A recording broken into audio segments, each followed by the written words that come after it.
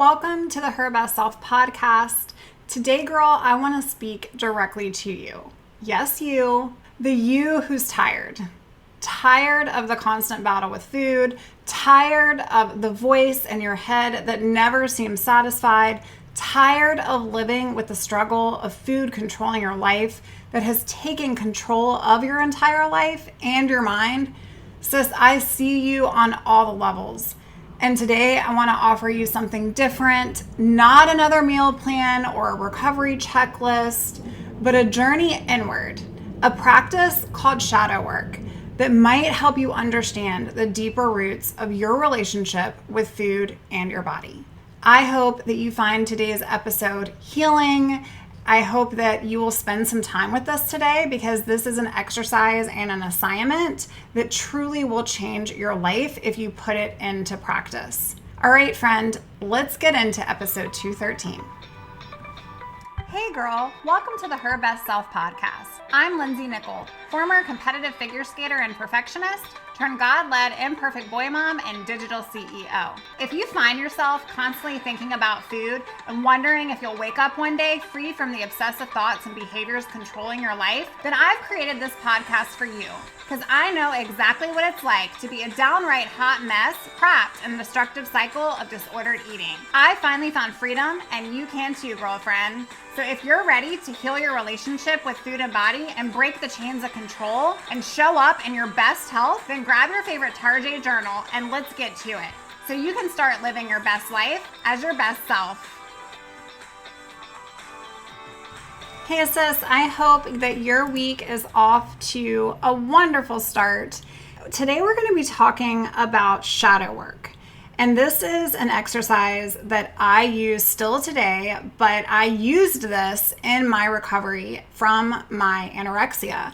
And I truly believe in the concept and in the shadow work assignment that I'm sharing with you today. I will start today's show by just letting you know I am not a clinical therapist by any means, but I believe that in order to become your very best self and to escape the nightmare of an eating disorder, you have to become aware and acknowledge the parts of yourself that are no longer serving you and that you really don't like, parts of you that you really don't accept.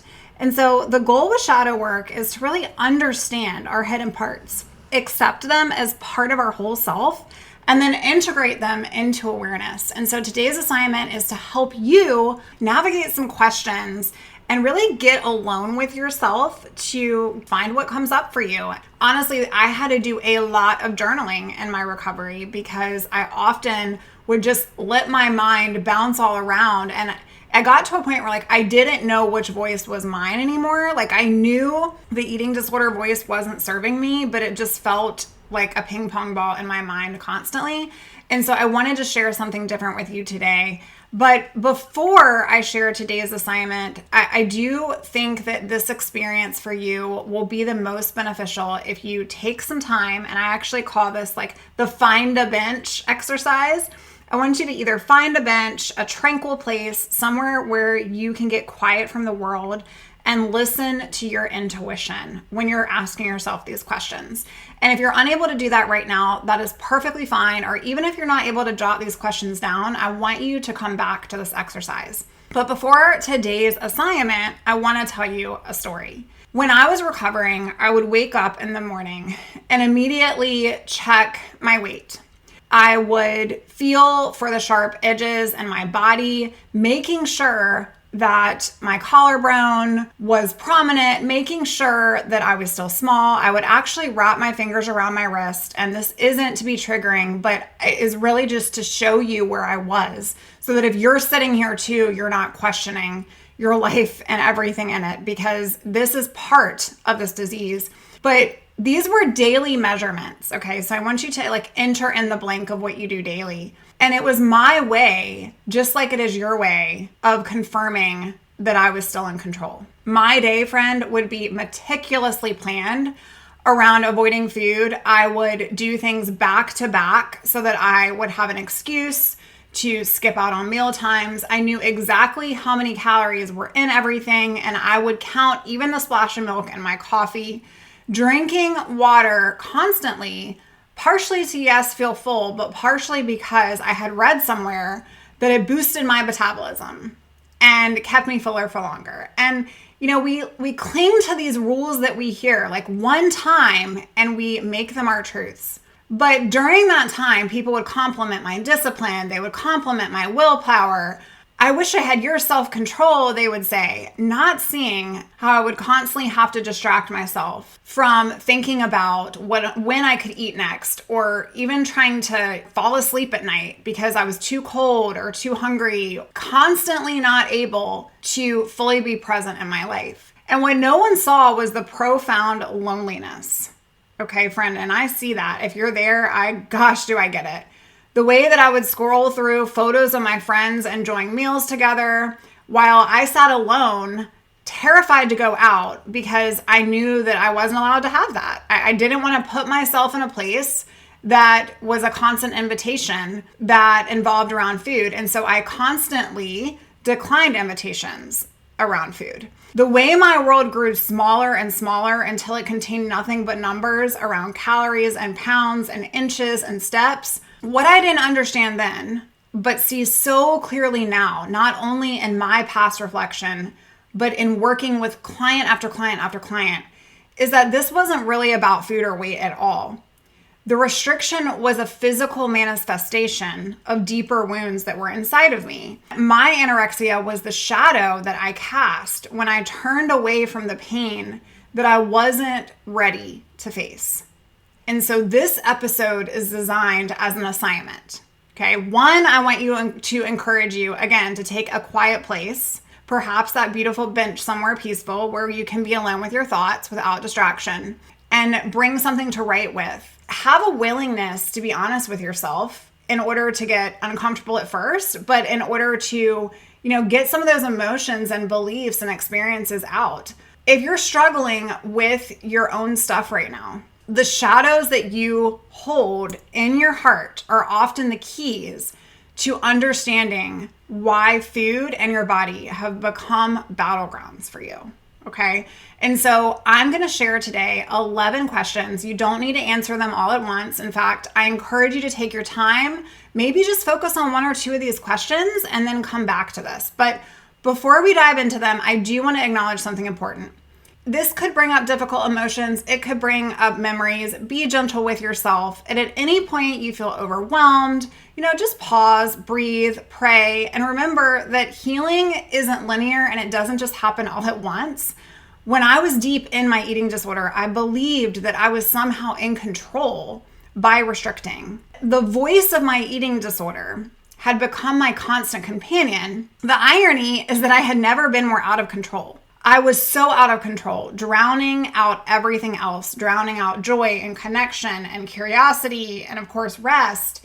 And if you recognize this pattern, maybe the voice in your head is constantly critiquing your body, judging your hunger, measuring your worth by what you did or didn't eat. And if you have spent years believing the lies that you should just be more disciplined or you could be better with food, then everything else in your life will fall into place, then I'm here to tell you that this is just a lie. Through constantly asking yourself better questions, you can begin to identify those lies and you can begin to forgive yourself for believing them so that you can actually change your life and rewrite your story. So the first question, number one, is what is the biggest lie that I tell myself constantly? Maybe this lie is centered around something that you feel like you don't deserve. I don't deserve to eat like they do, or I don't deserve, I can have that unless I've earned it with exercise, or I don't deserve that nourishment actually is something that I need because I'm not sure if I totally deserve that I take up space or that I should be worthy enough to have that. I've been living off of not having it for such a long time. You can literally replace this outside of those eating disorder thoughts as well. But I want you to think about right now in your life, what is the biggest lie I tell myself constantly? Without judgment, just write it down. Like, let your mind go to him. And maybe when you first started believing this lie, like when do you feel like you first started believing it? Question number two, what is the story that I tell myself about this lie? See, we all create narratives that make our lies seem super rational. That is why when we are uncovering these food rules that we've been believing for so long, it's like it feels that identity shift. It feels like it's part of us. Like we make them totally rational by bargaining. When I was restricting, my story was that control over food equaled control over my life. That thinness would make me worthy of love and success. That maybe I wasn't the smartest person in the room, but I could sure be the smallest person in the room. And it was my way to like get that superiority, to feel like I belonged. But what story have you constructed about yourself? And how has this become your safety net? Like, how do you really justify the story that you tell yourself about this lie? Okay, number 3. When am I the hardest on myself and why? Is it when you're eating? Is it when you're looking at yourself in the mirror? Is it when you compare yourself to others? Or maybe it's something completely different. I remember how I would stand in front of the mirror and I would just tear myself to shreds. I was hardest on myself when I felt like I lost control. But it's important that you understand you're allowed to have hunger. You are allowed to eat. You were made to be here. You were made to nourish your body so that your body can carry you through this life with purpose and with energy and with vengeance. When you ask yourself, when am I the hardest on myself and why? This can help pull out that inner critic that is inside of you that is the loudest. Number 4. When have I felt rejected, betrayed, or broken? Gosh, I could literally write a book on this one, and I might one day. Our relationship with food often becomes complicated when we've experienced pain in relationships with other people. The eating disorder, it steps in as a coping mechanism, as a way to numb, as a way to control, as a way to disappear, or a way to punish. I want you to think about those moments in your life when you felt deeply hurt or rejected. And maybe it is early childhood. Again, I'm not a therapist. That's not the point of this exercise. But I want you to think about like a connection between an experience for you and maybe when these patterns started intensifying. So I was working with a client and she actually had recovered from anorexia for years of her life, considered herself recovered, and then found out about her husband's affair. And that literally came like a tsunami into her life. And the eating disorder was just steps away to being a coping mechanism for her. And so we started working together to identify like, this is a time in my life when I felt rejected. I felt betrayed and broken. And so this was the old friend that I went back to. But sis, when you can identify these things, it really can be game changing. So when have you felt rejected, betrayed, or broken? Question number 5, what would I say to the person that hurt me? So this question, it really invites you to give voice to unspoken pain. I love it. If your disordered relationship with food developed after a rejection, or maybe it was just magnifying because of this rejection, what words have you swallowed along with that restriction, alongside the control that you're trying to navigate in your life with food and your body? Something that was super freeing for me was to be honest and to be raw and to let myself feel the anger and the sadness and the disappointment that came up for me, and channeling this into my relationship with the people in my life that had hurt me, had rejected me. And I talk about that in my story. I talk about it on my website. You can learn more about me at herbestself.co. You can learn about, how I feel like I got to this place. But honestly, I feel I, for so long, lived in that spirit of rejection and not enoughness. And there was a lot of work that needed to be done inside of me to discover that I am fearfully and wonderfully made. And that is something that I say to my 2 sons every single morning when I send them off to school. I say, you are fearfully and wonderfully made. And 9 times out of 10, they roll their eyes at me. And now I'm noticing that the more I'm saying it every single day, it's like their little hearts wait for me to say it.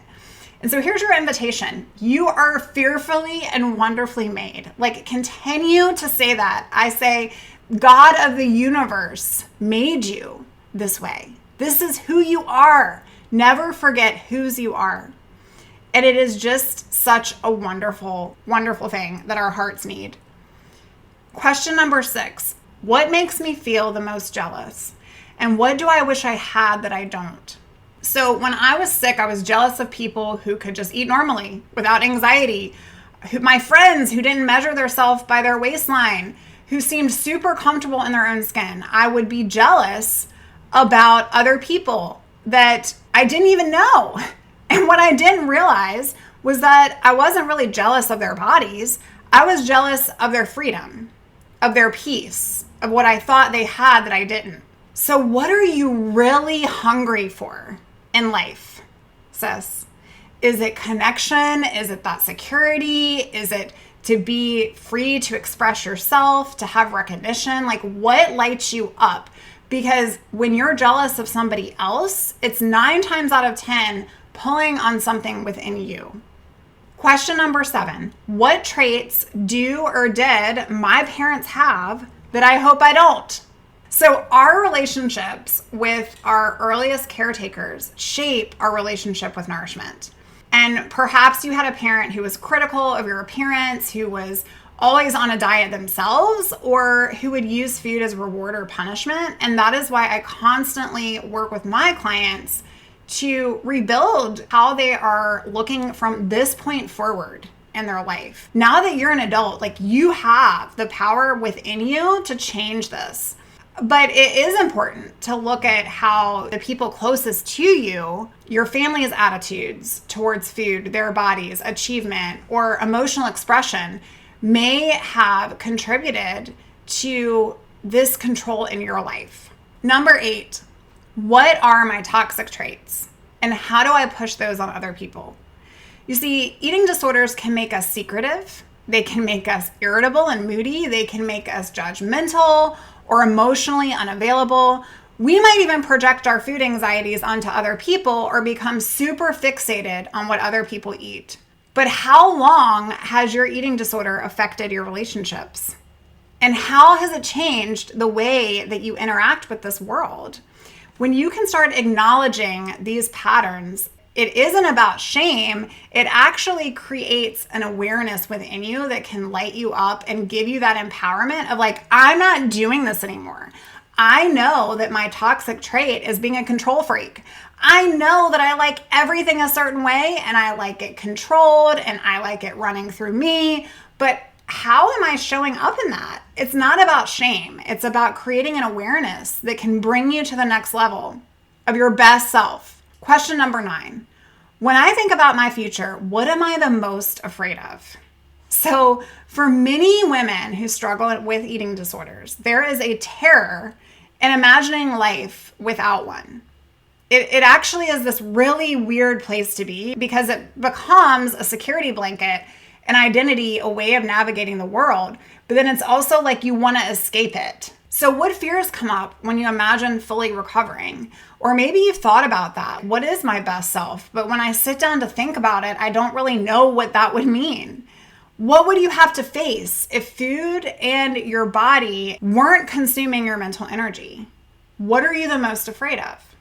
Number 10, when was the last time that I forgave myself or even gave myself permission to check on myself? Where do I have to do some forgiving? We're not perfect humans, right?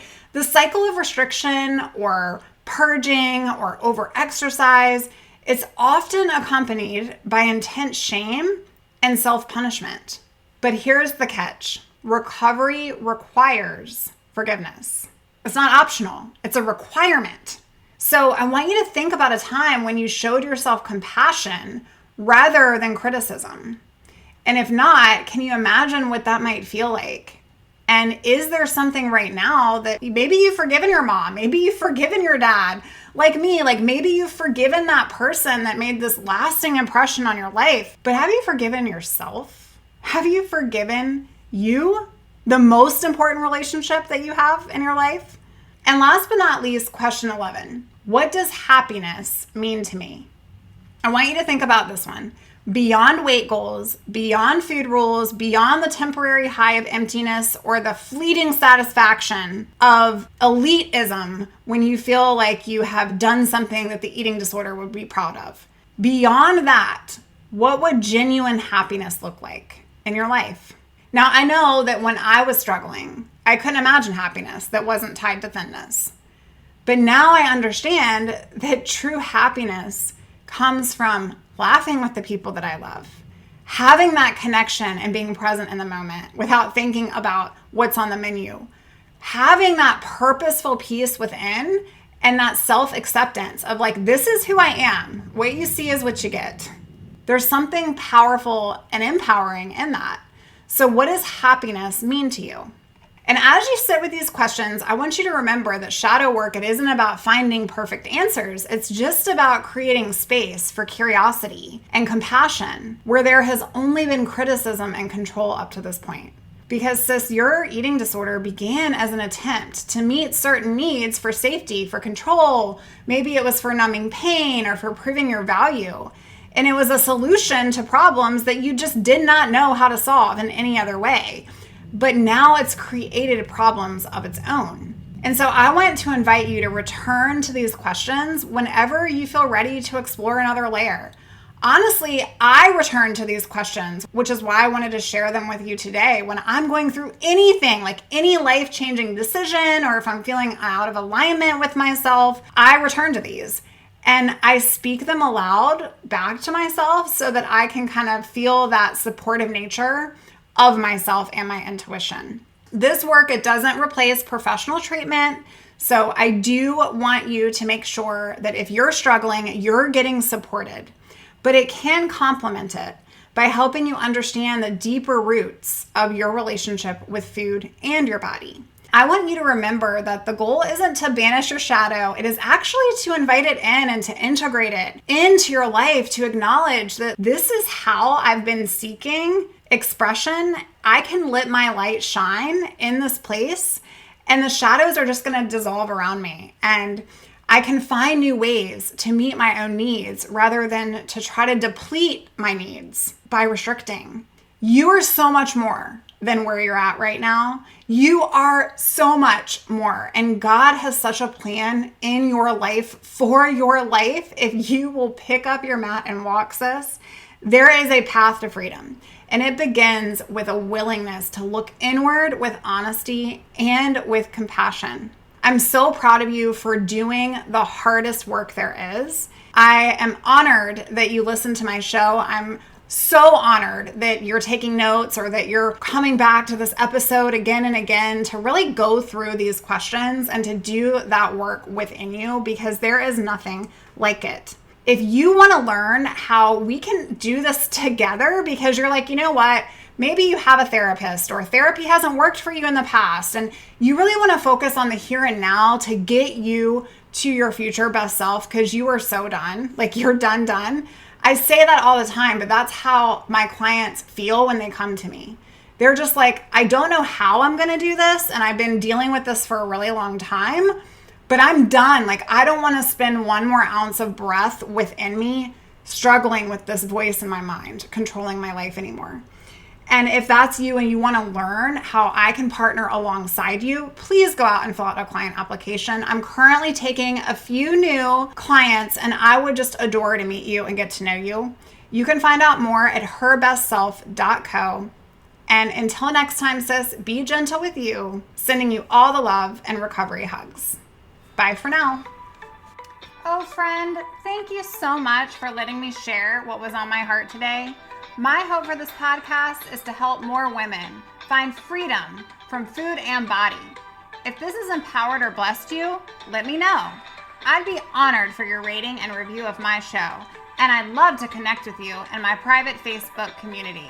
You really can move from perfection to purpose. Let's break the chains together. I'll help navigate the way. Until next time, bye for now, girl.